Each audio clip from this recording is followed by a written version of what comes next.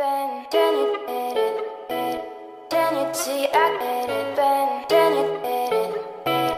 Then you see I remember. Then you did it. Then you see I. I think violence is when one person tries to hit another person. Catcalling. Manifest itself in so many different ways, so there's not one definition, but it's... Well, to me, violence is an act of aggression. Is anything that's just bringing down someone in any type of negating any of the positive aspects that a female might have on society. I think violence against a girl includes two aspects. One is psychological violence, another is physical violence. When one person decides to intentionally harm another person or another group of... So when I think of violence, I think of someone hurting another person, whether it's verbally or physically. I think violence is not the right way to solve any issues. This girl I knew who lived in India, her aunt had acid thrown on her by her husband. Violence against women and girls is taking away their voices, making them feel powerless. Then you see I do it.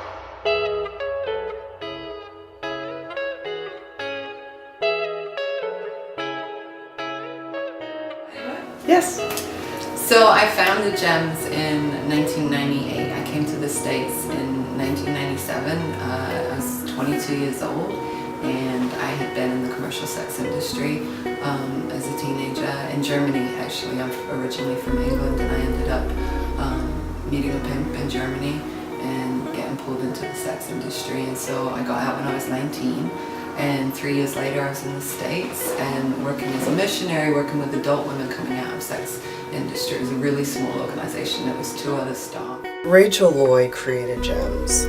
One of the things that she immediately saw was that girls of color were disproportionately represented in the commercial sex industry.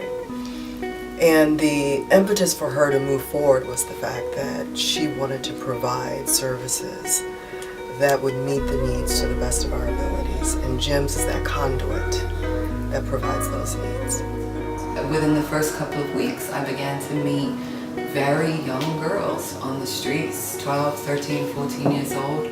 I was meeting them on the streets, I was meeting them in adult prisons, and they were being told to say that they were 16, 17, 18. So we give our members a variety of ways. There's no cookie cutter shape to how people end up at GEMS. But a lot of our girls are referred through other agencies going through the court system, the Alternative to Incarceration Program, which is largely a part of the Safe Harbor Act, now that people have to be referred for services.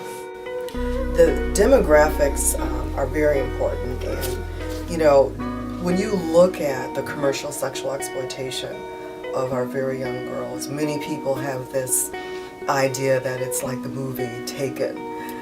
That it's a child that is thrown in the back of a seat and that it's not happening within the United States of America. It is in the United States of America.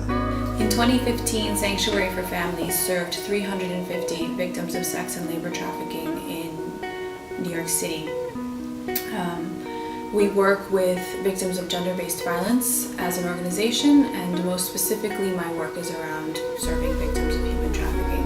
Sanctuary for Families is the largest nonprofit in New York State dedicating to helping victims and survivors of gender-based violence.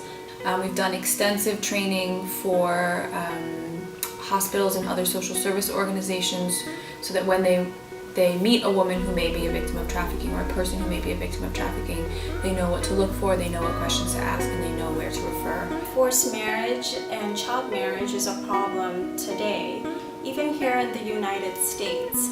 One organization, the Tahiri Justice Center, found that almost 3,000 individuals were forced into marriage or were facing the pressure to marry within just 2 years.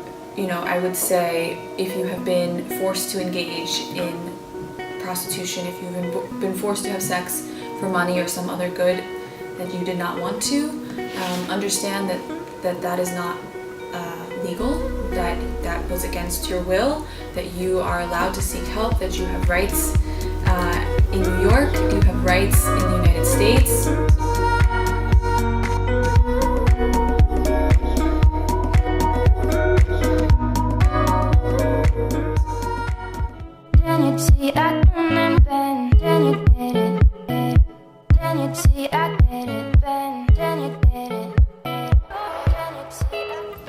To end violence, I think it's possible if girls and men and boys are educated and about this violence. I feel like it's important for women to stand up for each other. So if it's... I'm lucky, I would say, because I've had an education that's allowed me to sort of be aware of violence against girls in particular. When people are more educated and more aware of what's going on. Start educating young boys, that just by educating people. To end violence overall, first you have to educate. You have to educate people that violence is bad, extremism is bad, and specifically for women, you have to say that women, they're equal. We are all equal, and women should not be treated the way they are in some places in the world.